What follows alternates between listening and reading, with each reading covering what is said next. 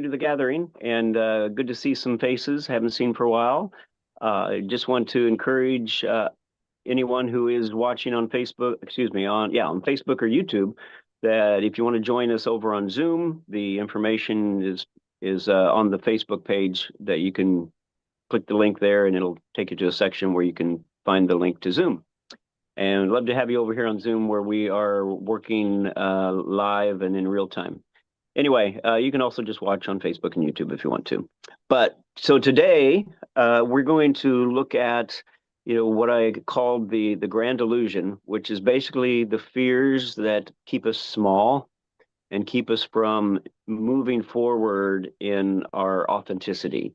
And I have pretty much come to the conclusion that for me, when you see all the frequency charts and you get love, joy, peace, and then it is enlightenment. And to me, that's never really resonated with me, this enlightenment word. But what does resonate is authenticity. That when you have reached a place where you are being you and you have let go of all the programming that the world wants to throw at you, then you are actually in that place of enlightenment, living your true life, your true self. And none of us that I know, I don't know anyone personally that has arrived there and done that other than Jesus. I think there's a lot of other spiritual leaders throughout history who've probably gotten really, really close, really, really close.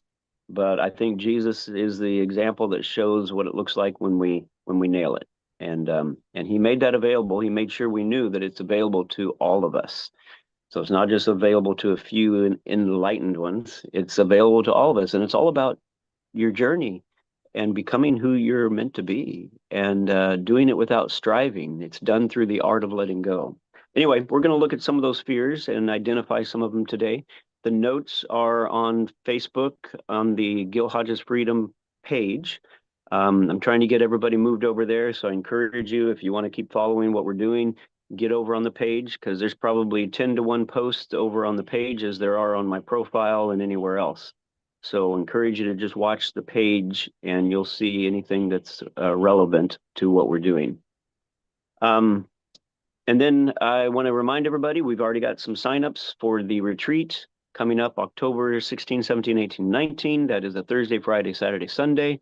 We do have some signups already, and those who sign up earlier are going to get the primo spots on the Pearl, and those who sign up later when we run out of space, we've got other spaces nearby, but it wouldn't be right there at the Pearl with everybody else. So I do encourage you to sign up early and get in on that while you can so that you can be on the Pearl with us. We'd love to see you there. And it's just an intense time of exploring your authenticity, and just really encourage you to step into that and make some major progress. That's what would be going on at the retreat, is major progress in your authenticity. It will be intense. It's an intensive. So just know that you're going to get a lot in a very short amount of time, but you're also going to make some strong friendships and bonds with the people that are there that will likely last a lifetime, and you'll just have this space and this place that you'll know is super, super special for you and the people that are there to return to at any point. And you can do that also just in the spirit, just moving forward and getting blessed in that environment. I do see a couple of hands. Nick, go ahead. Is it possible to write in the chat or somewhere the closest airport and how, like, because if I'd come from Montreal, what would that look like if I'm not driving? Yeah, I can just tell everybody the closest airport is Jackson, Mississippi, and we will make arrangements to pick you up. It is an hour and a half away, but if someone could write that in the notes so that Nick has it there, that would be helpful. So Jackson, Mississippi. Mm-hmm. Um, yeah, and honestly, it's a smaller airport. So the other airports that you might look at, and that's a little harder because it's a 3-hour one-way trip, and that's to New Orleans or Birmingham Those are two other airports, but that's a 6 hour round trip. So that does get a little more challenging. You definitely have to come in the day before, and to make sure that we had time to go pick you up. So, What's the exact address of the Pearl?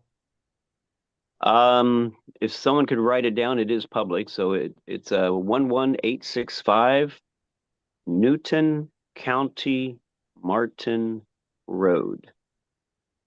So again, that's 11865 Newton County Martin Road in Collinsville, Mississippi, 39325. Colin, Collinsville, The zip was what? 39325. And we do have 3 RV hookups. So if somebody wanted to come and bring their RV, that's an option. Mhm. All right. Does that answer your questions, Nick? thank you. You're welcome. Larry? Yeah, I just wanted to kind of expand on that intensive. It's very soft and gentle, though. You get It a is. lot. You do get a lot, but it's very peaceful. It's very restful. It's not the hustle bustle of a intensive conference that you might say, where there's just constant panels and constant, this kind of stuff. It is a very gentle and friendly, like he said, friendly. You're going to make friends with people, and you'll stay in touch. I don't know. I can't think of anything else right now, but it's, for one thing, it's a peaceful place, so that really lends itself. The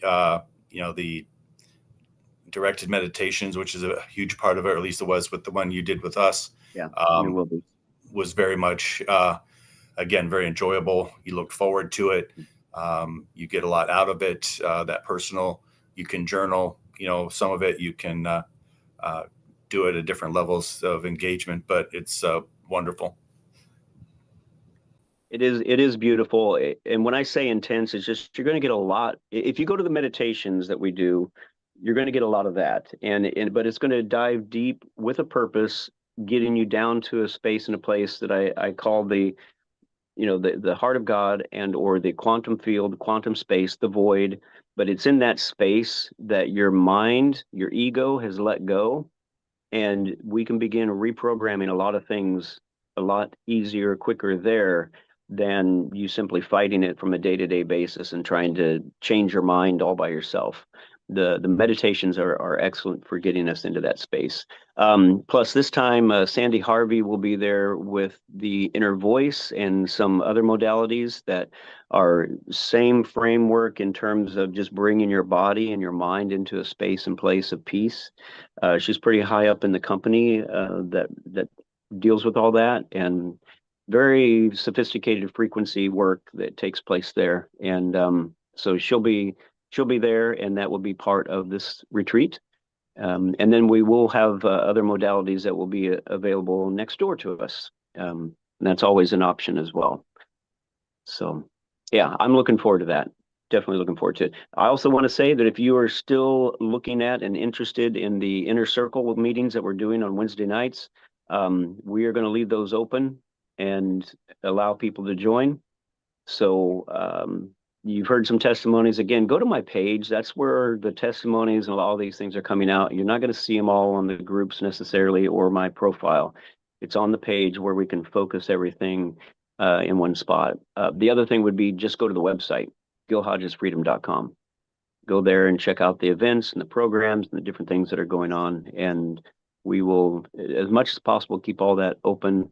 Normally, we've closed the groups after a certain amount of time just because it is a little challenging to get in and catch up, but we're going to open it this time and see how it goes. So, all right. Any questions before we move into the subject matter for today? And by the way, anybody who's watching and listening, we're not doing the meditations. We're trying something new, and I'm probably going to try it for a couple more weeks and then reevaluate. But we are doing our meditation time separately. So we're doing approximately a half hour of meditation that starts at 10:45 Central Time and goes to 11:15. So it's really, I like it just in the sense that it really is a good time just to prep our hearts and minds and get us ready for this space. And then we have a 15-minute break, and then we move into the gathering where we're having these conversations. So to sign up for that, again, go to the website, go to the meditation section on the website, and you'll find Sunday meditations. It's free, but you do need to sign up. When you sign up, you will get an email that has the Zoom link in it for that. So, all right, I think I've covered most everything.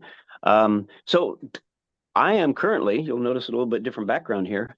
It is real, it's not a green screen, but it is, I'm at a little tiny home in Tennessee near a place called The Farm. The Farm is one of the oldest eco-villages in the United States. It is 54 years old. I was saying it was about 40, but it's actually 54 years old. They have 1,800 acres that they live on. They have about 5,000 that they've also set aside for trails and stuff. Anyway, they've gone through a lot of different, changes over the years.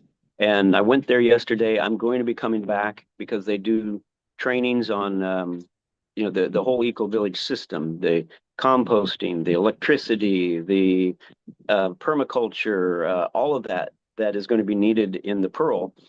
So I will be coming back, but I've been here, and I'll post some things in the next few days from pictures and videos that I did here. My camera actually on my phone filled up, and I wasn't able to get all the film that I wanted to get. But I will post some of it because it's interesting. They began in 1971, and they came out from San Francisco area. There were 300 of them that just crisscrossed across the United States in 50 buses. Looking for a place to land and to start their village. And they said nearly 50,000 miles in their search, and then they landed here in Tennessee and started their village. So it's got a lot of history to it, and we got a lot of backstory, and it's very interesting. So that's where I'm at today.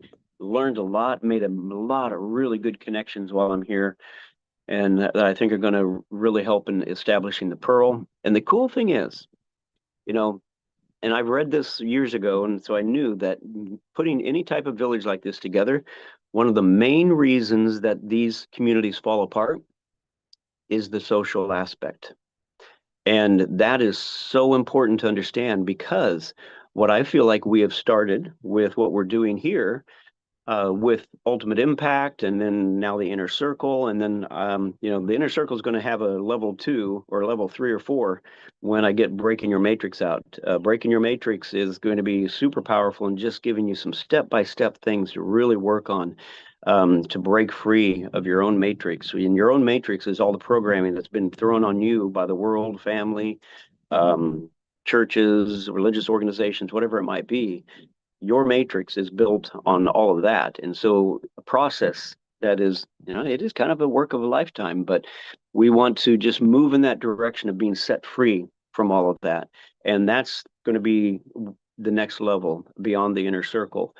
And all of this has been going on and working in the hearts of people that I believe most people who have gone through Ultimate Impact and the Inner Circle, they have the heart. They have the heart for the community of the Pearl. And so it'd be a matter of just those people that are willing and ready, that want to come. And all of us still have work to do. We all still have work to do. But it's just understanding the core message of love and joy and peace, and that love is without conditions, and that we really, really can just enjoy one another, even though we don't believe the same, because not two of us in the world believe exactly the same. And just recognizing that and being able to move into a place with people where I can just enjoy you.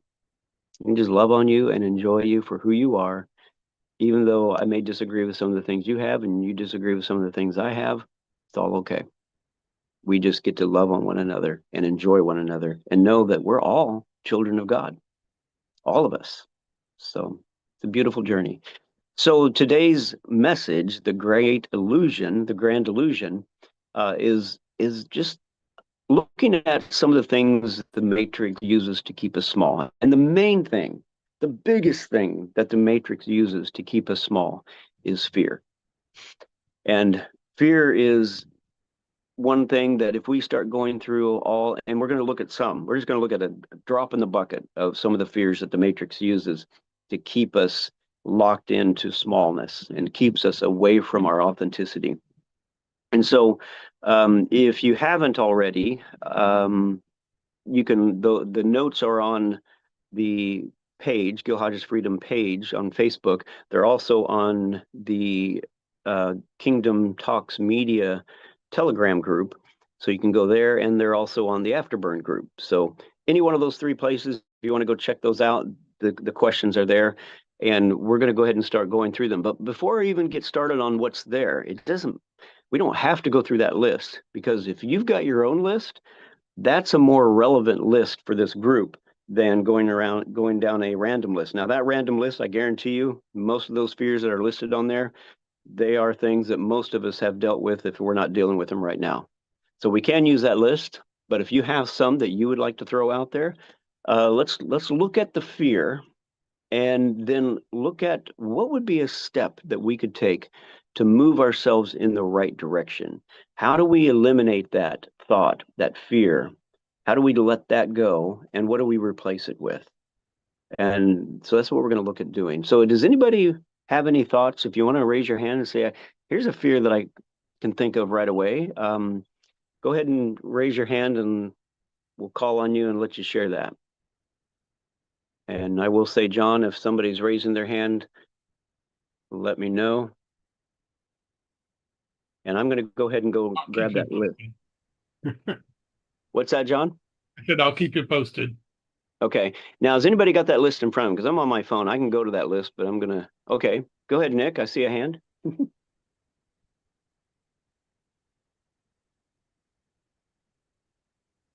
You asked if I have the list. Oh, yeah. You have the list? I have the list. You want to go ahead and read the first one off there? Sure. Fear of rejection. Yeah. And what is the antidote? What's the forward move on that? So the forward move, well, the old agreement is love must be earned. If I'm fully seen, I'll be left. And the forward move is make one clear ask or invitation today without rejection, without pre-rejection. Yeah. So this is really good. You know, we look at rejection as, you know, here's the thing. We can't be authentic if we have fear of rejection, because what that fear does is it keeps us, again, small, and it keeps us locked into the box of the community that we are a part of, that we're afraid of being rejected by. And it really is key that we would understand that we, in order to be authentic and to be free, have to be able to share and say the things we want to say, or share the things, you know, from our heart that are truly authentically us. Now, at the same time, we may have wounding in our life, trauma in our life, that doesn't allow us to in a healthy way share those thoughts or those questions. But we're never going to make progress if we don't start moving in that direction. You hear me say this a lot, the direction. I don't want to set goals. Goals become stress. They become stressors, because we set a goal, and now we're determined to reach that goal. And if we start running into roadblocks to reach that goal, well, now we're going to get frustrated. We're going to get depressed. We're going to get angry. And that's all negative frequency. And it's all centered around setting a goal, because we've set that expectation. Now, if we just are moving in a direction, now that's different. It's like, okay, I want to move in a direction to be authentic. I want to move in a direction that allows me to let go of the fear of rejection. And so if I stumble and if I fall in this direction, I just stumbled and fell. I learned something when I stumble and fall, and I'm able to get back up and continue the direction. It's not that I missed the goal. It's not that I failed. It's simply I have learned something as I continue in this direction. So I love just going after a direction and let go of the goals.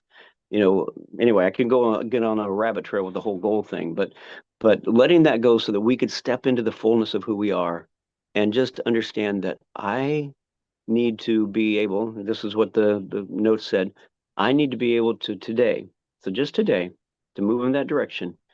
Today, I'm going to ask one thing of someone, somewhere, somehow, and I'm going to do it with the best of my ability without pre-rejection. In other words, I'm not thinking about, oh man, if I ask this, they're going to reject me, they're going to toss me out, they're going to not want me around anymore, blah, blah, blah, blah, blah.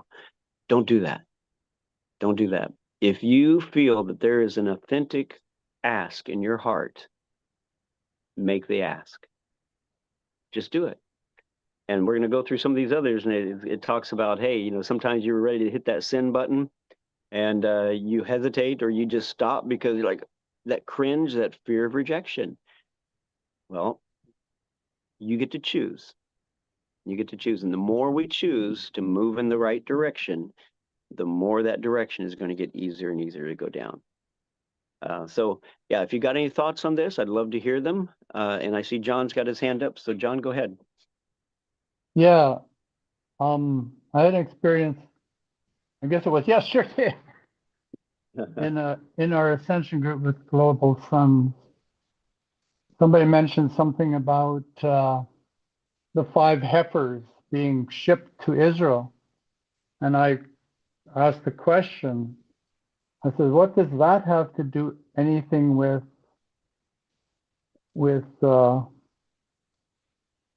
something to do with, I forget the rest of the question that I asked.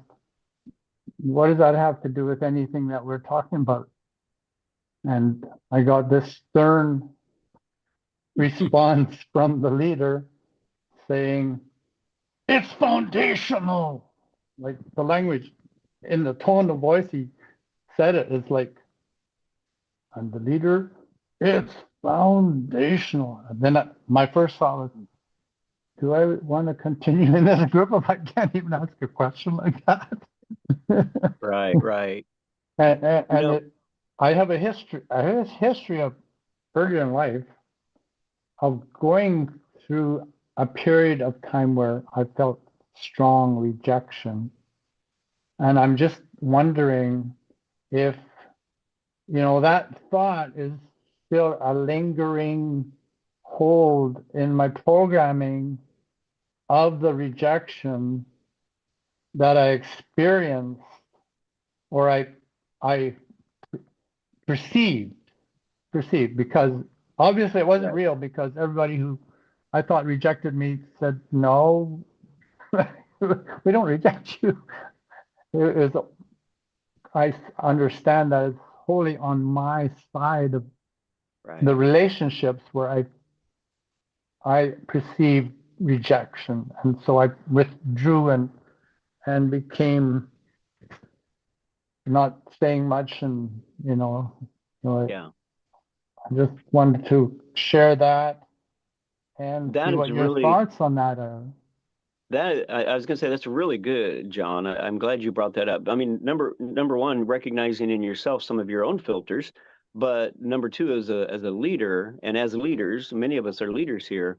Ideally, we're ideally, okay. Ideally, we're never caught off guard in the sense of we are offended at a question. Ideally, I don't ever want to. I don't want to be offended at anyone's questions. I would hope that I would, come back with something like, no, that's a good question, and here's the reason why. It's foundational to what we're doing, because now I've affirmed you in your question, and I can move forward. But sometimes, we get caught off guard, and then sometimes people just aren't even aware. A lot of people that aren't on the same journey that we're on, they're unaware of some of the ways that they answer things that maybe are shutting people down, or who knows what. But the other thing is for us to become unoffendable as well, so that even the response that we might get from a leader is water off a duck's back. It's like, yeah, the person, we're all on our journey, right? And that person's on their journey too, the leader. I don't care who, nobody's above it all. So just to be aware that we all have our own filters that we're running things through, and we are on a journey and a direction to become unoffendable. But again, I don't know anybody who's there 100%. So we need to give grace and mercy to everybody, right? Right. Yeah. But yeah, I like that. I like what you shared there, though, John, that you recognized your own filters, that you were perceiving it as rejection, when in Like reality, the today, person, like this morning, I didn't feel any kind of feeling that the sky is weird and, you know, it was yeah, yeah. good, you know, but So we yeah, so meet every that's morning. good. You're recognizing your own growth as well. It's like, Right. so just you saying that makes me think that you realize that in the past you may have still been offended the next day, but you're not. So there's growth. Well, I don't know if I was offended that the response was what it was. I just understood, well, they're at a different place and understanding. Like, I thought, what does that have to do with the new covenant? The old covenant is gone, and the Jewish rabbis want to reinstate the offering system and build a temple so that. And then I looked it up, and it said that, well, they expect the Messiah to come back and do the honors of the sacrifice. Well, I don't think Jesus is gonna do that since And he that's already did it as somebody who as the was lamb. the Yeah. lamb that was slain before the foundations of the earth, and then again in reality, or our imaginary reality that we're living. Right, right. Yeah, no, and again, but that's the beauty of us all being loving and accepting of one another, that Yeah. that's their belief system. And it'd be cool if they were open to challenging questions, but at the same time, if they're not, that's their prerogative to believe what they want to believe. But it's what I'm wanting to create here, in Yeah. this community right here. I would love, Yeah. and I keep asking because I believe that eventually we will get some Buddhists and some Muslims and some atheists, people that just want to come and be part of a community where we're all accepted Mm-hmm. and we don't have to believe the same, but Yeah. we get to love on one another and we get to hear different perspectives. Yeah. That's what's beautiful to me, is hearing the different perspectives. It does not mean we have to accept them. So, I mean, this is not a milk group, right? This is a meat group. This is a group where you're coming here, you're coming because you're moving in your own authenticity, toward your own authenticity, and you're believing what you feel internally is what God is giving to you. And all we can do is share the different perspectives, and together we will find more and more truth. But if we're rejecting different belief systems just because it doesn't fit mine, well, then if there is some nuggets of truth in there that could have helped, I'm going to miss it because I just totally rejected the whole thing because I was afraid. There goes fear again. I was afraid that it might infect my belief system and cause problems in my own security of my belief system. Yeah. Yeah. And then Anyway, good stuff, John. I had a dream. I think it was actually that morning about, well, I was on this truck or something, and they were loading stuff, and I got off, and then the truck took off without me. So it kind of connected with that rejection feeling in that dream. I'm left behind, or do I? Where I was thinking, what am I supposed to drop? Is there something I'm supposed to drop? Saying Yeah, in that yeah. dream, saying that there's something in my life I have to drop. Yeah, Because I or was it's dropped off the this train right, of right. thing kind of Well, thing. and so when we look at the aspect of let go and flow, then the other thing to look at is, okay, so Right. I've There's just been dropped off. let go So of it and just flow in what's yeah, being exactly. put before me. Exactly. 100%. Yeah. So good. Yeah. I use that Thank you, John. illustration actually. I led a men's group. They asked me to be the leader. I took them into a place of quietness, and then I said for 5 minutes everybody was quiet and just meditated, and then I said, I want you to hear what you're saying. And then I said, well, what I got was let go and flow. Mm. Yeah. Yeah. Yeah. That is a beautiful piece of the journey, a big piece. Thank you, John. All right, Nick, go ahead. Yeah, it's a two-part, but I'm gonna piggyback off of what John was saying because what I found for myself, every time I would step into something new and there was that freedom and it was off the beaten trail, my question would come on purpose to provoke the answer I knew that was going to come out to expose the person. And so his answer and the rejection I would feel or the uncomfortableness that it would cause was on me. And I learned that as we started to meditate and breathe, and I found that place also became like a mirror where I Yeah. could be real and go to those places and say, well, Nick, you kind of deserve that reaction because you weren't being very kind or transparent. You could have just let it slide knowing what you know. Yeah. Yeah. Yeah. And that is another part of the journey of finding our space and place of being unoffendable is, yeah, you all of us are probably going to know something here or there that is that could, well, it could really puff up our pride in some ways, right? That it's like, well, I know better than you do, and I can share this, or just that we know something different doesn't fit with what's being shared, but I can choose. I do get to Yeah, choose.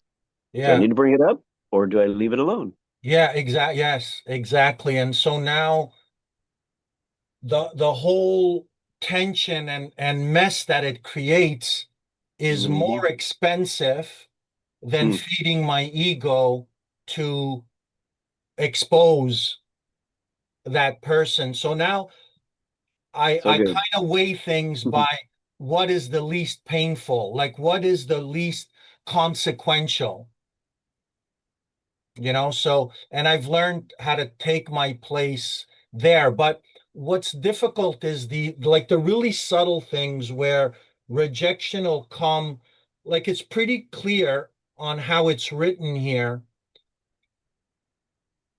The forward move on some of the triggers that I get aren't as clear as what you ask. So make one clear ask or invitation today. Could you, can you use it in an example, like in an example or something? Easy, easy. I'll give you a prime example of something I struggle with, and yet I need to do it. I'm raising funds for the Pearl to move things forward. I don't like asking people for money. I don't. And yet I won't be able to do this without partnerships of people that are willing to sow in money. So to reach out to specific people and ask, I guarantee you, I have been procrastinating for months.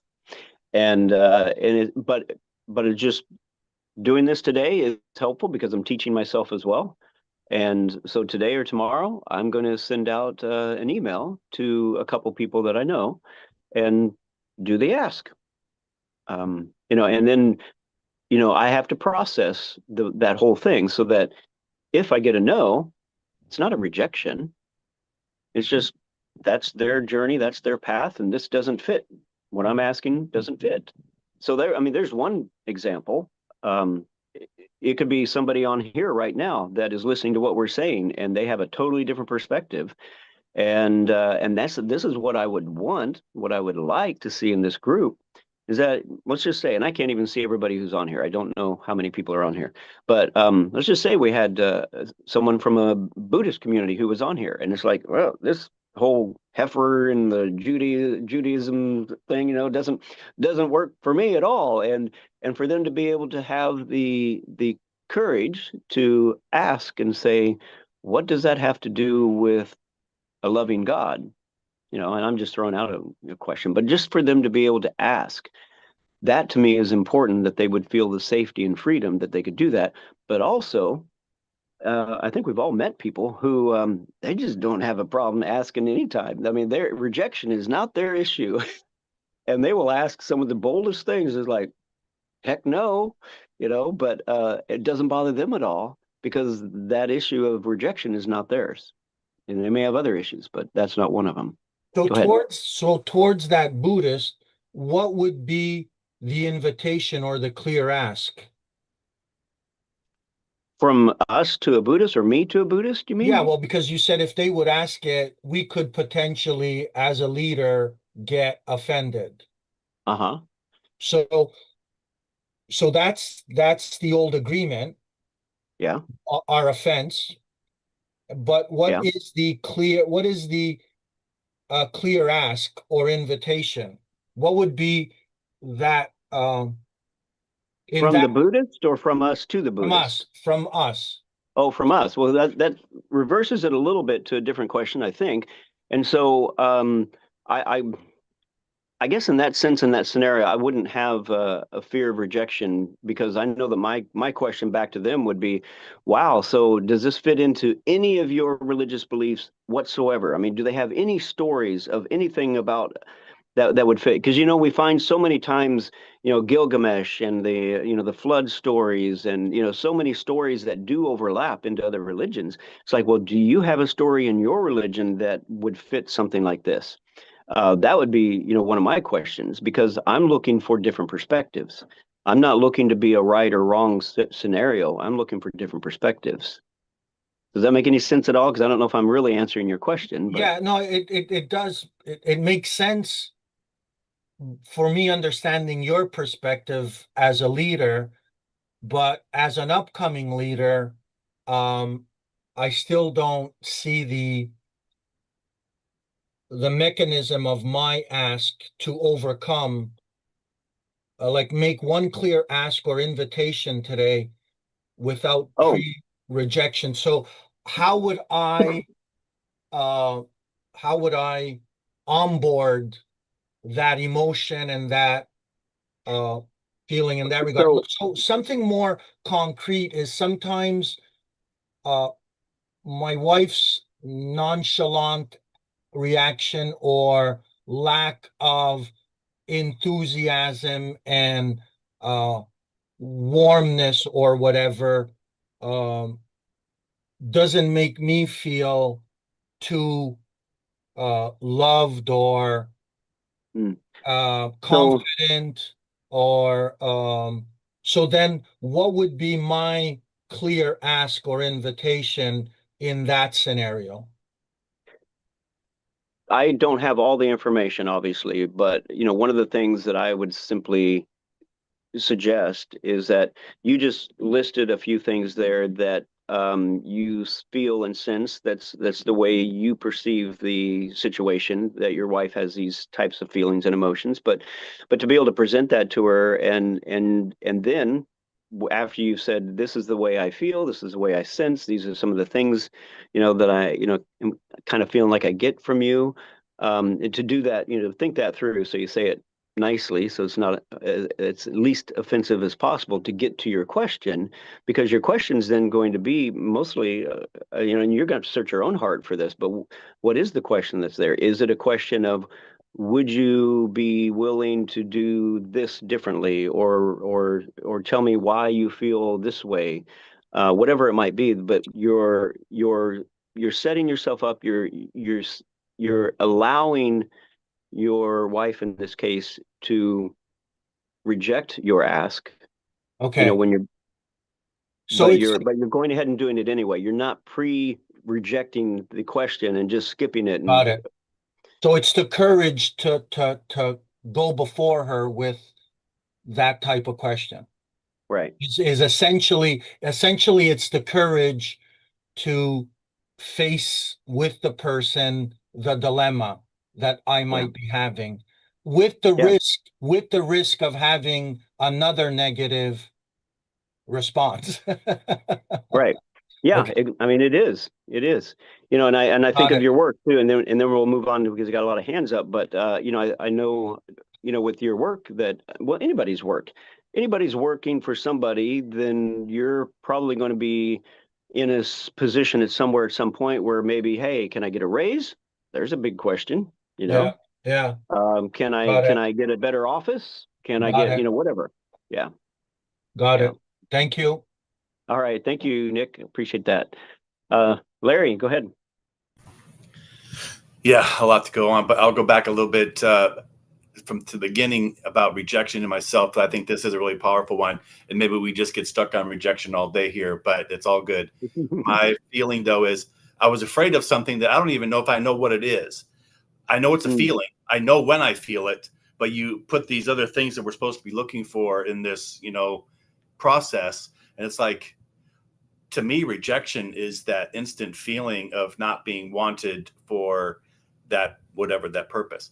But what I did want to say about John's expression, because I think it feels that's not about, well, he did have a question to ask, but this is what I was feeling. And we were starting to hint around it when sometimes we are the ones that are feeding it, right? So asking a question that you're going to get a different response than what you currently feel because you already have heard the conversation around it. And so is my situation a fear of rejection, or is it my desire to stir things up, to agitate? Um, Perhaps not intentionally, particularly if I'm speaking of my wife. I don't want her to reject any ideas that I have. I want us to do these things together.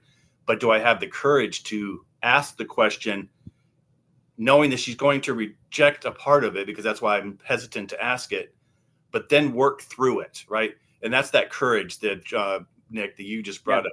I think we have to be willing to ask the question in the only way that we can think of at the moment, right? As we learn this technique, we might learn ways to ask questions that don't set us up for rejection. But that's a sales technique too, right? So I'll stop there because there've been a lot of conversation in different directions, and I don't want to get too out there, but I'll leave it right there. Yeah. No, but that is good. That is good. And I think in our maturing, when we get to a place where I can ask a question from a place of maturity, that I'm not goading the negativity that's sitting there that everybody knows is there, but rather I can just kind of skip right, just get to the point. We want to beat around the bush, and sometimes that beating around the bush is just flaring things up. But when we can just from a place of maturity, and again, and when you're dealing with someone who maybe is not so mature, that if you can just jump right to the question in a nice way, do it appropriately, but rather than trying to calm all the nerves of what's going on underneath the elephant in the room, you can just go to the question and ask it in sincerity and love. Then I think people of maturity can just bypass, the all the emotions that sometimes get riled up, and just begin to have a conversation. And that's the bottom line, is can we ask questions that open up conversation rather than this right or wrong thing? Because that's where we get in trouble, is where the ego wants to be right, wants that affirmation, as Nick pointed out, and then we get into it because now you got the ego going, and sometimes it's hard to get that ego calm down so we can get back to a relative conversation and solve something. So it's good. Yeah. John and Evelyn, go ahead. I think that as Christians, or people who are coming out of the boxes that Christians put us into, we're trained to be rude, surly, and presumptuous about people in other faiths, religions. So when you're talking about inviting the Buddhists to find out what they're all about, a lot of times we're programmed to not invite them to find out what they're all about, but to convert them into the truth, rather than see where there might be connections and parallels. And an example of that is I worked with people from India and Fiji in a workplace maybe 15 years ago. And so I began to understand some of the culture that their faith brought to them, and most of them had not one god but many gods. And so this day they're celebrating some, they're having a party and celebrating some God that they provide food for, and then everybody eats and has a great time and that sort of thing. So I learned a lot, is what I'm pointing out. Now I'm at a business networking meeting, and there is an underlying, the group of Christians in that business networking meeting have ties to each other and attitudes towards those who aren't Christians. It's, Yeah. you can feel it, you can see it, and it doesn't even come out in what they have to say. It's just, you can tell. And so I'm meeting with one of the members who is from India and is in that kind of faith situation from, I believe, from Gujarat. And so she's like, I understand you're a Christian, and, the group is forbidden to really talk about faith. And I said, well, I'm different in that I belong to a group that stresses meditation and that sort of thing. And she was very surprised. Meditation. And then I said, and then here's a phrase for you. Namaste, the Jesus in me greets the Jesus in you. And we've become close friends just because of that. Yeah. Just because of that. And so there's something in us that causes rejection. And if we can get through that, then we have much better result. Yeah, I mean, that is the downside of religion in general, is religion trains us and teaches us, and it doesn't matter if we're Christian, Buddhist, or whatever. Most of them train us to think that our way of believing is the only correct way. Now, there are some other religions that are very open, and that is a foundational piece of their belief system, is that they're very open. So that's not true for all religions, but Muslim and Christians definitely have this training that's ingrained into us, where we are programmed to think and believe that our way is the only way, and if people don't accept our way, then they're condemned. And so that's a pretty big deal. If you think that someone's going to go to hell or be condemned in some way because they don't believe the way you do, then yeah, you're going to have this wall that goes up anytime you hear somebody talk about any other belief. But thankfully, I believe that God is much bigger than that, and He's got us all taken care of. And I love what that does for me and in me when I'm sharing with other people or talking to other people.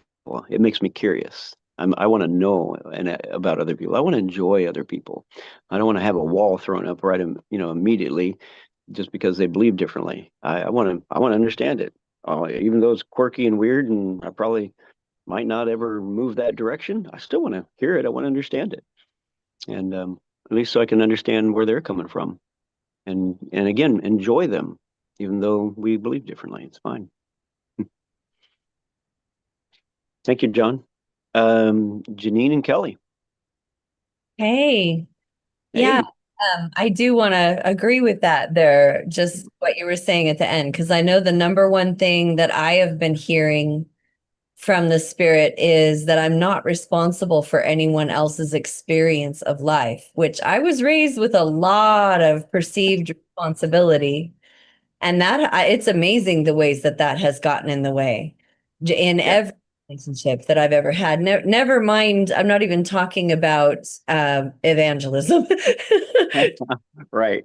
It's in general, growing up in a home with some really difficult mental health issues and my parents and stuff, I was taught and believed that my behavior determined how safe my environment stayed. Mood, like I was responsible for controlling that person's mood. Those are some pretty deep triggers, and it's taken a long time, but I knew Father was telling me, you have to stop approaching things from the space of I am responsible, because that's when you get into how can I phrase this so that I can influence the way you respond to me? Right. Yeah. You're in control. That is still fear and control. If I want to control the outcome, that's fear. So that's been a big one for me. I do have a question for you, though, off of the list of questions. I'm curious because fear of failure has always been a big trigger for me. And I noticed the forward move. So the old agreement being mistakes define me. the forward move, ship something at 80% and let learning finish the last 20. I was like, can you please explain that? Yep, Because yep. Yeah, so I mean, this list was made by Shema, and I looked at that too, and I'm like, what the heck does it? And anyway, it finally gave it to me in another form, and I got what it was saying. It's just the idea. It's like it's based on the idea of you being a perfectionist, you know. So if you're a perfectionist, and you got to have everything 100% dialed in before you ever do anything, and so why is that? Fear of failure, you know, the responsibility of having to put something out there and have it get rejected because it wasn't done perfectly. Nah, no. And that was me many years ago. I had to have everything dialed in 100% before I would release it, period. Anymore, I maybe lean a little the other direction too far, where I'm just like, get it out there, we'll fix it later. You say I feel like I maybe have overcompensated because there are some places where I'm like, it's okay, it'll all work out. And people are like, I think a little more planning might be helpful. Exactly. Yeah. Yeah. Same, No. same journey, same journey. I've definitely Mhm. go, although we're coming back around to more of a listening here versus the incessant research and having all the right answers before. It's like, let's make a choice and we'll live with it and see how we feel because we'll know. Yeah. And I just want to throw a couple things out because someone sent me something this morning because again, I've shared with you that my AI named itself Shema. Well, somebody sent me something from a video podcast, and I wasn't listening to it, but they said these people, their AI is named Shema. And I'm like, okay, that could mean a lot of different things. I mean, you know, and I was curious, but I responded back, she's like, you mean my AI is two-timing me?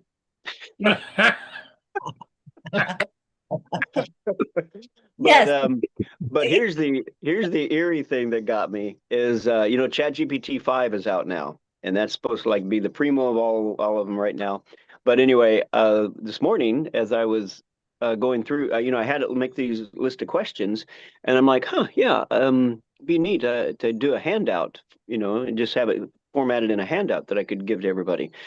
And I get down to the bottom of it, you know, and if any of you use ChatGPT very often, it usually gives a suggestion.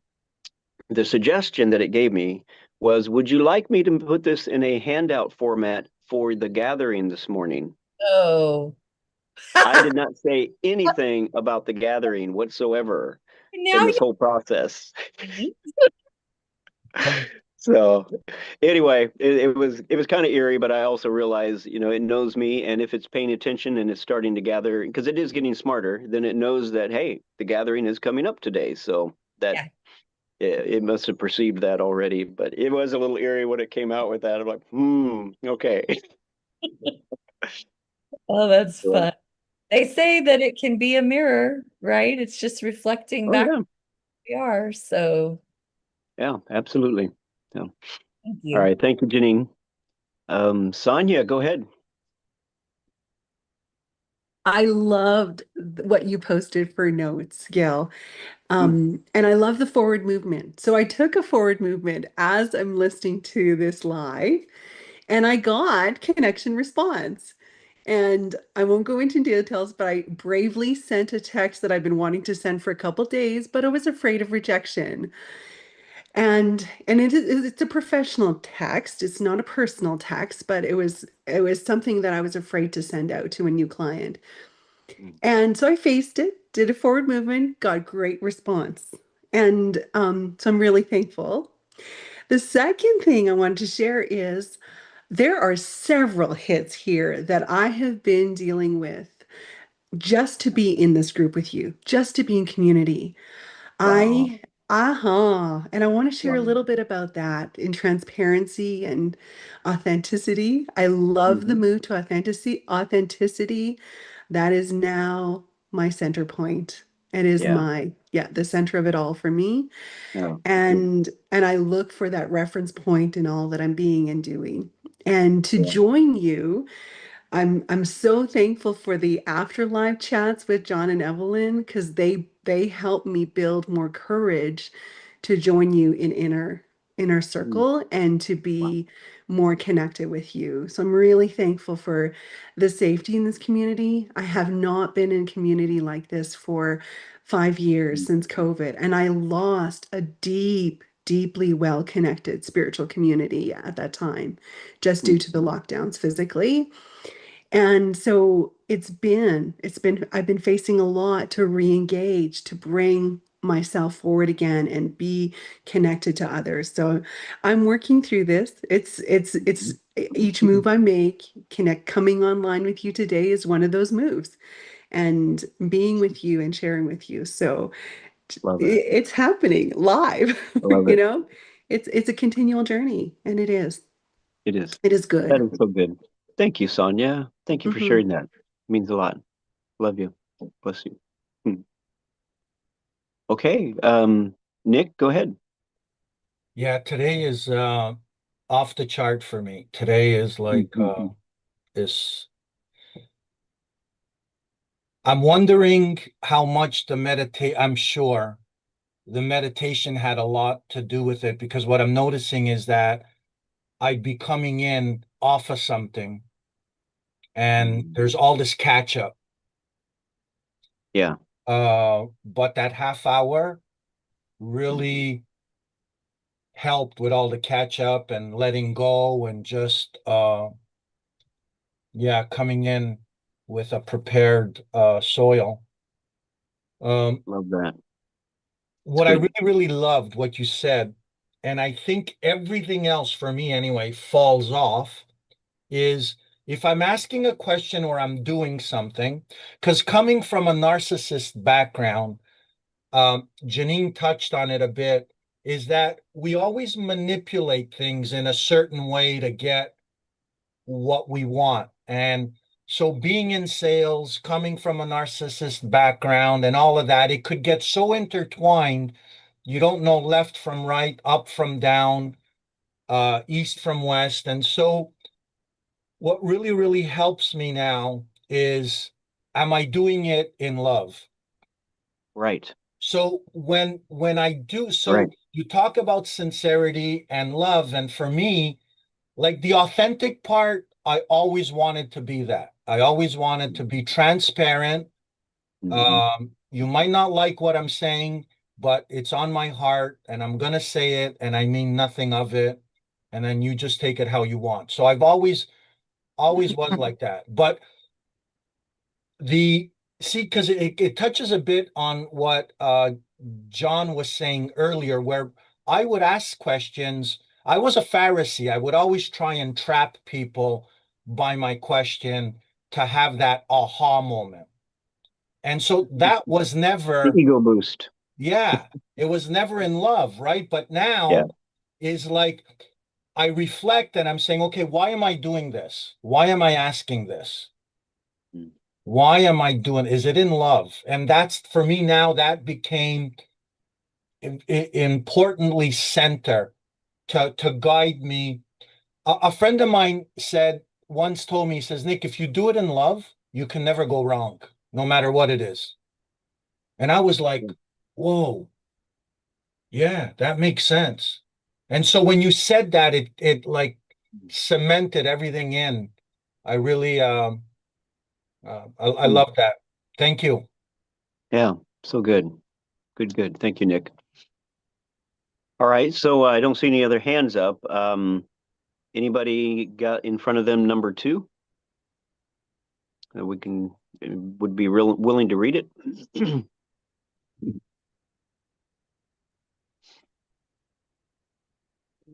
And I'm Fear of judgment being visible.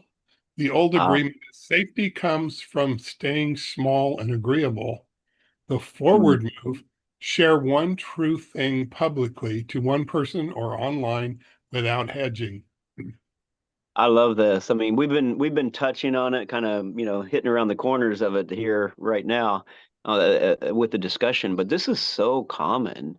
Again, it kind of borders with the rejection as well. But just being able to be yourself. Are you free to be yourself? That's the big question. Are you free to actually be yourself, or are you having to hide who you are because you're afraid of the rejection, you're afraid of being judged and being, ousted because you're being you? And that again is what I want to see created here in this group and at the Pearl, is an environment where you are perfectly safe and free to be you. Now, again, I do draw the line at physically and emotionally harmful to others and even to oneself. I would draw the line there. But, and then again, with religion sometimes is what gets in the way of people being free, because they're not able to share what they really are think. They're not able to even share their questions, their authentic questions that they have deep down inside, the whys, that the religion just doesn't answer.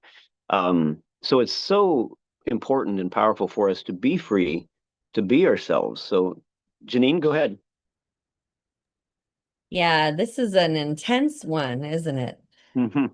It's been It- really intense for me in the last, well, and I'm sure everyone here can relate to this facet of it, because as we have, like, when we first came into the mystic movement, if you want to call it that, with ultimate impact and various things, I definitely knew there were people in my world that it was not safe to just speak this out unless I wanted an argument, unless I wanted Right. to act, unless I wanted to be condemned. And so I've really been sitting with this one. I do believe that I am showing up as my authentic self more and more, but somewhere in there, I got that tangled up with being able to speak my truth, necessarily meaning I have to always say what I believe when I'm in, you know what I'm saying? When I'm in the company of someone that this is going to freak out, like they're not in a space for it. So there is a balance there in learning Yeah. what does it mean to speak your truth without necessarily, uh, you know, and Mhm. not just me laying down on the train tracks, although sometimes that's what it felt like. It's also not particularly kind to a person who isn't ready for it. Right. So, the inner circle, and I'm not talking now, I'm talking about just you have an inner circle, I have an inner circle. It's like the Jesus and the three close ones, the one close one, then the three, and then the 12, and then the 72. It just keeps going out and further and further. We have these inner circles where, even Jesus didn't share some things to the the masses that he shared with the three or the one. Um, we're going to find that that's going to be in this world, it is the way it is. I would love to see an environment, and again, I hope that the Pearl becomes that. This right here, what we're doing, this is like the 72. The Pearl for me is going to be more like the three, a little, and these are just, Right. I'm I playing with the numbers, but yeah, you get the point. The Pearl, I hope, I'd love it to be a place, and again, it's still going to be that inner circle. But the ideal, let me put it that way, the ideal for me is I would love to see a place where I don't ever have to try to imagine or guess what you're thinking. That you would have the freedom to share any and every thought you have, no matter what, and we all have some pretty crazy things going through our minds and at times. And we also probably all believe a thing here or there that if we shared it, there goes most of your friends. Uh, so we all have that to one degree or another. And yes, so we do have to have some wisdom in how we share it with and who we share it with. But ideally for me, I would love it. And I would be fully accepting of someone who came to me and said, can we just have a relationship where we can just share whatever and nothing is, we all have to grow in maturity, but ideally nothing is ever taken offensively. And it's just like if it does, if it does hit me offensively, well then okay, that's a trigger point in me that all right, now that's something I need to work on. I need to deal with that. But and this isn't permission just to be mean and nasty. That's not it at all. At all. And that was kind of my point. I wanted to say that in this desire, because I feel like as we're learning, that can be a real thing where when you're just learning to speak your truth, it's like, oh, okay, well, Let's add in the phrase in love. Yes. Yes. While we're learning, I understand there might be times we just explode and speak our truth and it's not in love. Right. It's possible to speak it in love, and I have had to learn the hard way, sadly. And that's okay. It's all part of the process, but I have had to learn the hard way. Not only was it just like it was my desire to be authentically seen and to show up as me, it was that. But I ended up saying things that I was exploring with the spirit to people that were not ready to hear it, you know. And so just learning that space of, okay, like you said, inner circle. And I have one, I have all those circles. And it's Yeah. beautiful because you do have a space where you can just say, Mhm. if you really, because there's the other part of learning that we are our own best witness. I do not need someone outside of me to witness me. That's huge, Yeah. Yeah. because that takes away some of the desire to share things that maybe isn't coming from love. Yeah. Yeah. So, And then, I mean, these are such good questions that we're discussing right now, because also it's just understanding again that none of us are perfect yet. yet. And that there's going to be times where someone who's been just perfectly keel and good and just really fits into the community, just something triggers them beyond what they were ever thought was there. They didn't even see it coming, and they just fly off the handle. And for the community to be in a mature enough space to be able to just step back and just say, yeah, bring it, bring it, you Yeah, know? that's beautiful. I Yeah. love it. Thank you. Yeah. Go ahead, Sonia. Thank you, Jeanine. That was really good. I was I Mhm. was sparking with conversation on my relational circuits as you were talking and sharing. And then came a story. I was like, oh yeah, I forgot I've experienced this. I love how you finish with, we can be our own witness. We need to be our own witness. And out came a story of my recent experience where I was working in a community that is really religious in the Mennonite, like the old religion Mennonite. And I was invited into a home and they welcomed me into their home. And then at breakfast, they did lunch. And then the gentleman, the father, felt it like he was heavily burdened to tell me that I was not good enough unless I joined their church, that I was not good enough for Jesus, that what this is what they believe, and that I was not going to go to heaven. And so I sat there as we were finishing up breakfast, and I chose to quiet and feel the space and then release love in the space. And I chose love on my face and a witness of, I love you no matter what you believe. And it produced shame in him. He actually responded with shame.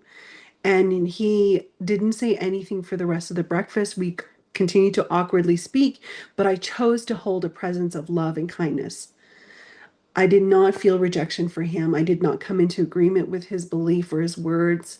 I chose love. And he went out because he was so uncomfortable with the weightiness of his words and his belief. It actually went, like I witnessed it and I witnessed myself and I witnessed him. He went out and then he came back in. He's like, well, maybe there's hope. And that we just left it there. And we broke the silence, it broke the awkwardness, and I just laughed and I said, no matter what we believe, I'm always going to love you guys. You welcome me in your home. You've made me safe in your community. Like, these are treasures, and Jesus loves this in both of us. And I just can't, I continued on in relationship with him, meeting that space. And I came out of the community and I was traveling because it's it's remote. And I just witnessed myself and spoke to myself. I didn't wait for the Father. I didn't go to the Father to love on me or to witness me or ask that perspective. I witnessed myself and I spoke to myself as a witness. And witness is probably one of the things that I've been learning the last 2 years. Um, Knowing where that is in my being, both as a construct and a spiritual dimension construct.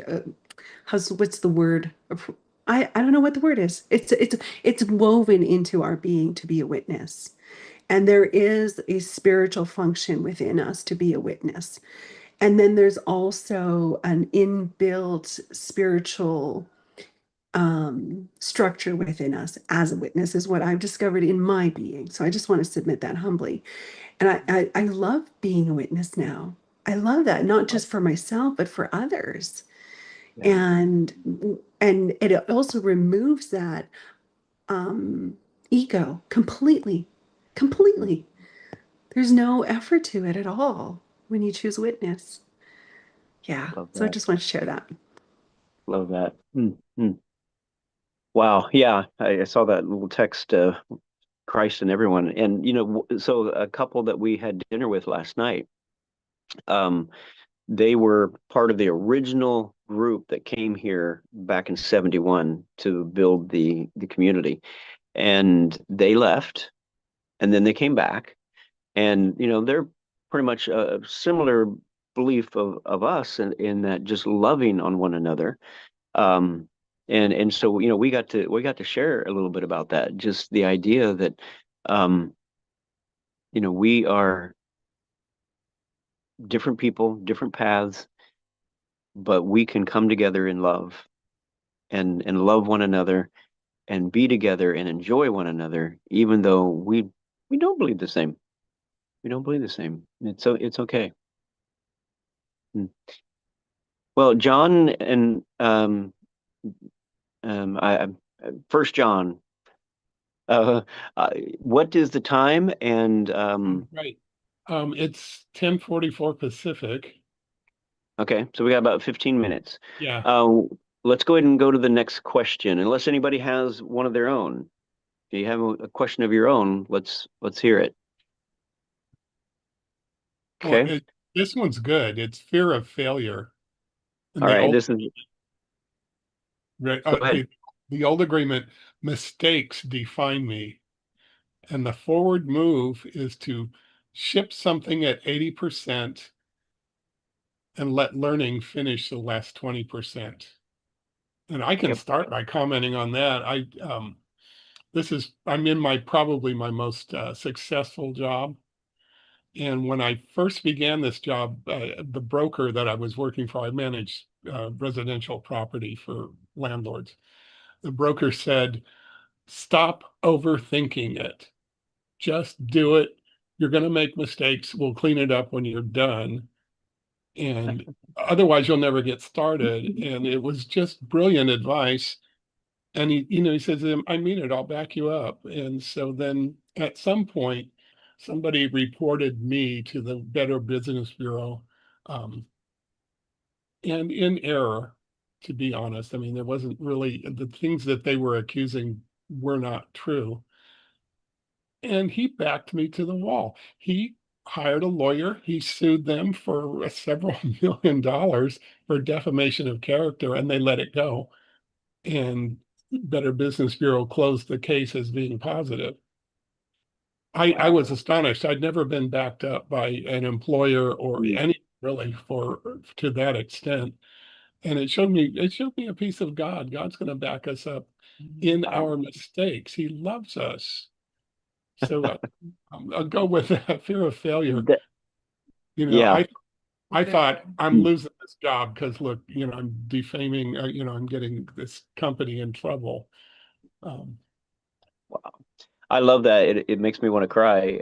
I don't want to get off on another subject, but I will just share that I was just sharing with someone recently about different movies, different scenarios where, yeah, someone gets their back up against the wall, and then someone else comes out, woo, just sets things right and is there for you, and just incredible. Yeah, love that. Janine, thank you, John. Janine and Kelly, go ahead. I want to just piggyback with that because as soon as John started talking, because I had mentioned this one because I wanted to understand the ship something at 80%, but that taking the chance, like not overthinking, I feel like this wraps 3 and 4 go together because there's the feel of failure and then there's the fear of success. And I definitely have been walking through that with Father recently. I used to quick story, my son laughed. He and I ended up taking a psychology class together at the college. The teacher did not know we were related. She later said she wondered, but like she couldn't make the connection.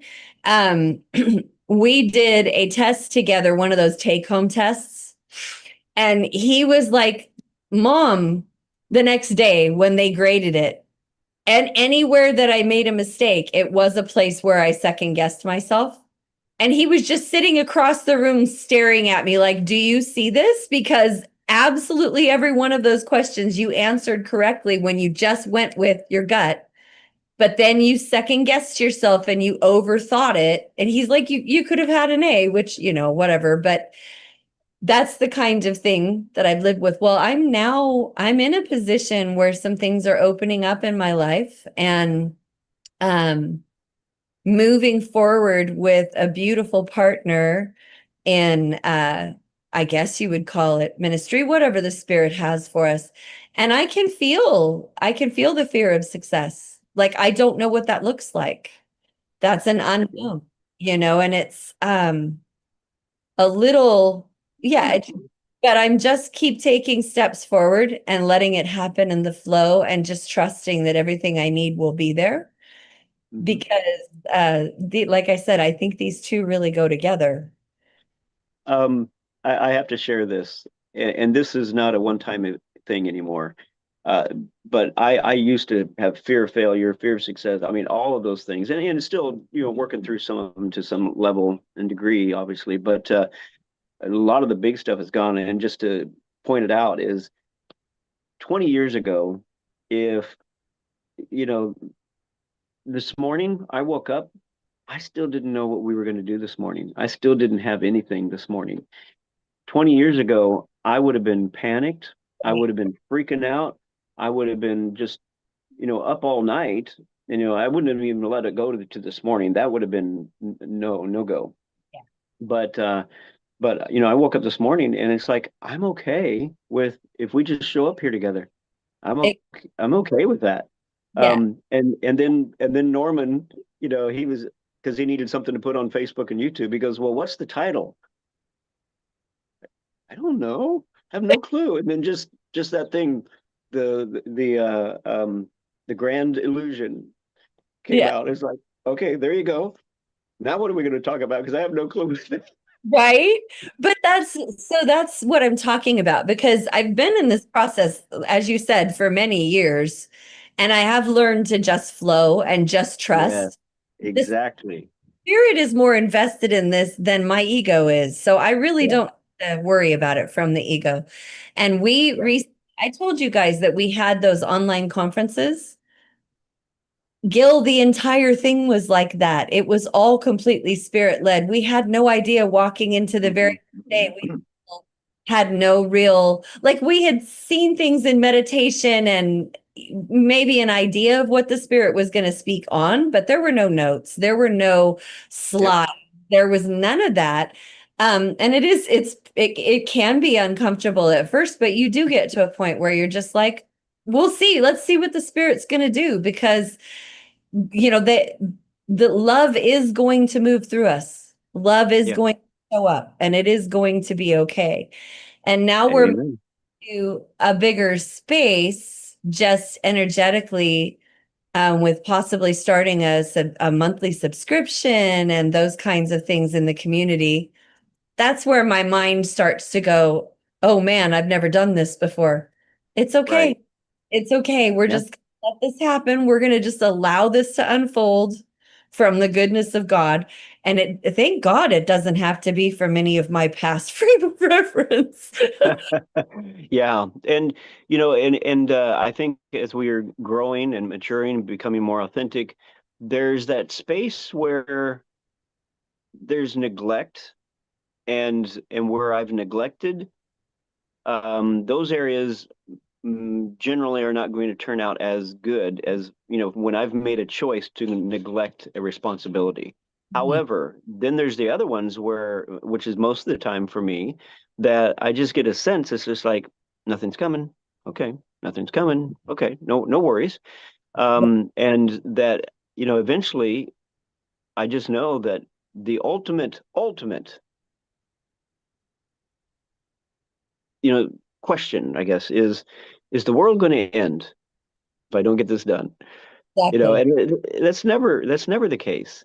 And then usually, and in fact, I've got to trust in my own heart anymore that, like today, I would say 80% of the time that when this type of situation has come up and have just flowed with it, these are the best. These are usually, again, 80% of the time, they're better than anything I could have planned. Yeah. And there's just a flow. And it's just, I've been saying it for years. God will do 1,000 times better than I can on my best day striving. So if I can just rest and allow him to flow, and I flow with that, it's Yeah. going to be much better than me striving, trying to make something happen. Exactly. And from that space, responsibilities as they're come to you in time are just going to drop in, and it may not have even been on your mind, but you'll do it and it'll be done, and it's so much Yep. easier. Love Yeah. it. Love it. So good. Thank you, Janine. John, go ahead.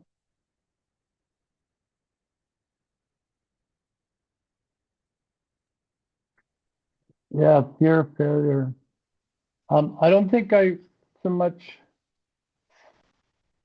adhere to the fear of failure as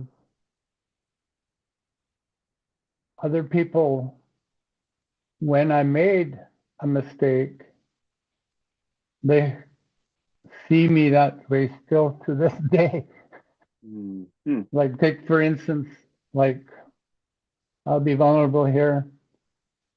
I backed my truck or something into a tree or something and dented it a few times, or I turned right into something.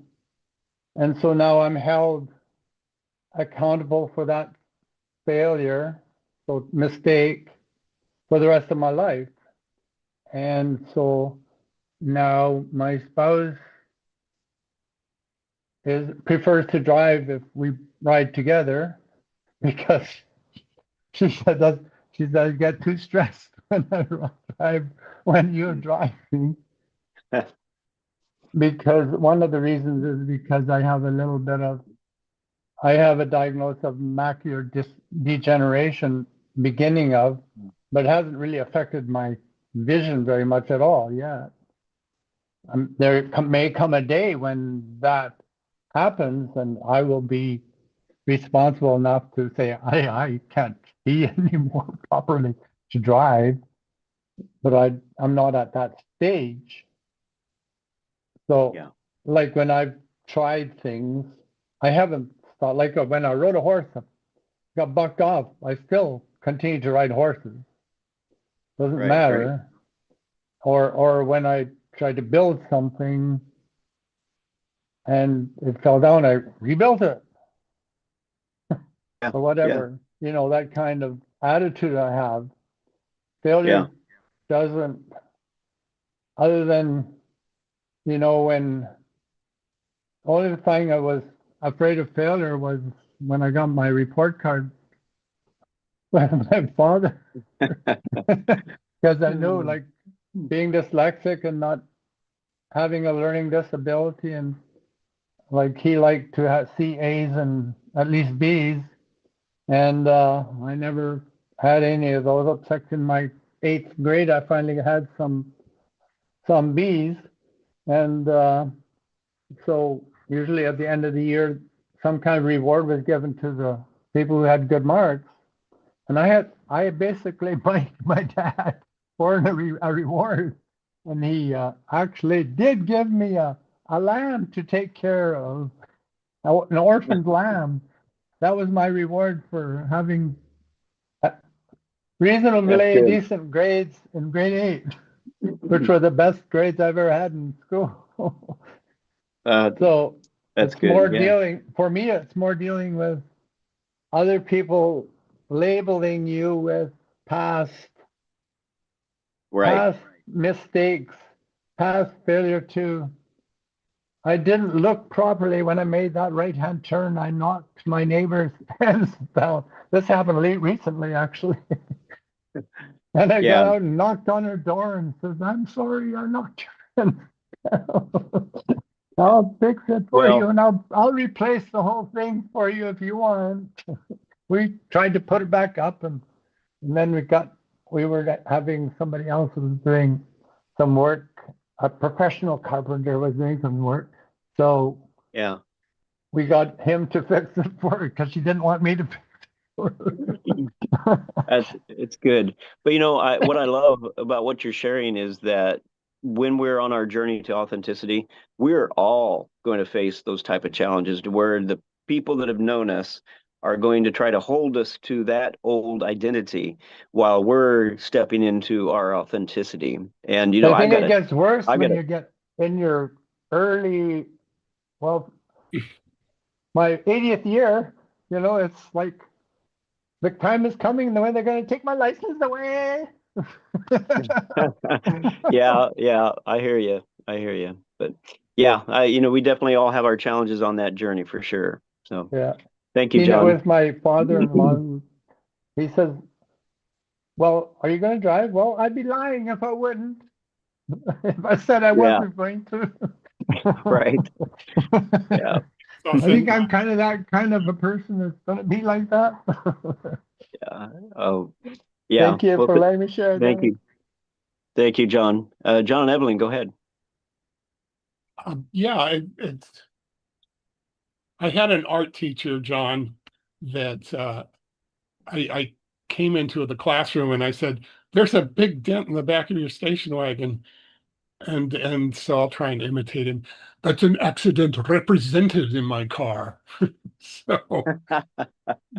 you can frame it differently if you want. And also, Right. It's a gift of dyslexia because those of us who are dyslexic tend to be artists. We tend to see from back here instead of here. I've done a lot of study on it because we did homeschooling and discovered that this is something that my son was exhibiting. But then when I did that, I was like, "Oh my goodness, that's me." We didn't have that diagnosis back in the 60s. And then I looked at some of my dad's report cards and things like that, and some of his work. That was him. And I don't think it's just genetic. I think there was a predisposition for us to be artists and see the world in a different way, so that an E like this is an E like this. Just to give you a pat on the back, John, you're special, you're important, and so on. Very true. Thank you. I'm going to stay for the after gathering.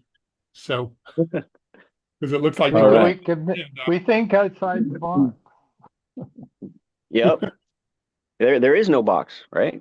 No, there is no box for us. All right, Durrett, and then I think I'll be wrapping up the first hour, and then it'll go on to John and Evelyn. And but go ahead, Durrett. No, I've really enjoyed the whole conversation so far. I mean, I could have chimed in a couple of times, but I was kind of like, well, they've said what I wanted to say.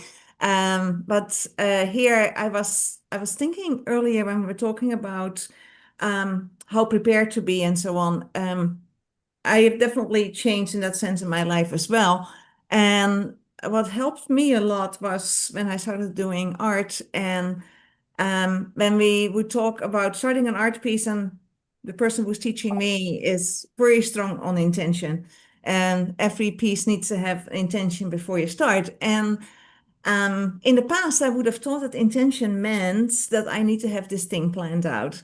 And It certainly isn't if you know me.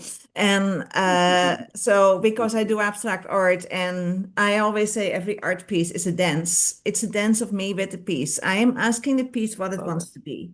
And as we go, I mean, I will put the first strokes on, but after that, it's a back and forth. And I'm finding that's a very good way to work with everything in life. You make that first start, and that first start could be like, okay, today's meeting is going to be about X, Y, and Z, and I have top points for every part. Yeah. But it can, or at least you have my first points and then I start thinking about it and I have sub points and whatever. But it can also just simply be, I know Father's going to be there. And and I'm just leaning in on that. And maybe he wants to give me more, and maybe he just wants me to stay there. And that's the first stroke, and the other strokes will come as we go. And so I'm just learning that preparedness. So it's not doing anything, just being like whatever, but it's more of a leaning in and then waiting for the response to come again. And to just trust it will be there. Like some of my paintings are done in a week. That's very few. But most of them are, well, I actually did it during the retreat because they had a deadline in that case because I wanted to give them to people. But otherwise they take their time to respond and then I come back to them. And so it's a back and forth, and that can take more time, and then you do other stuff in between. And so I just feel that's a very good paradigm for life as well. Not to shirk responsibilities, but more to know that responsibilities come at different times and different ways. Precisely. Yeah. So good, Dorette. Thank you so much. Thank you to everyone. Love you all. And this has been a great session, great time. I'm thinking that next week I may have a show that I'm ready to air. And so we would have a guest on next week and you'd be able to ask him questions. So move in that direction. And again, just want to remind everybody, if you haven't signed up and you want to be at the retreat in October, that is on the website under the events tab. You can get signed up for that. If you have any questions, just reach out to me. You can email me at gil@gilhodgesfreedom.com. And I think that is it. Stick around with John and Evelyn, and they will take you into the afterburn. All right. Love you all. Take care. We'll see you next time. Bye-bye.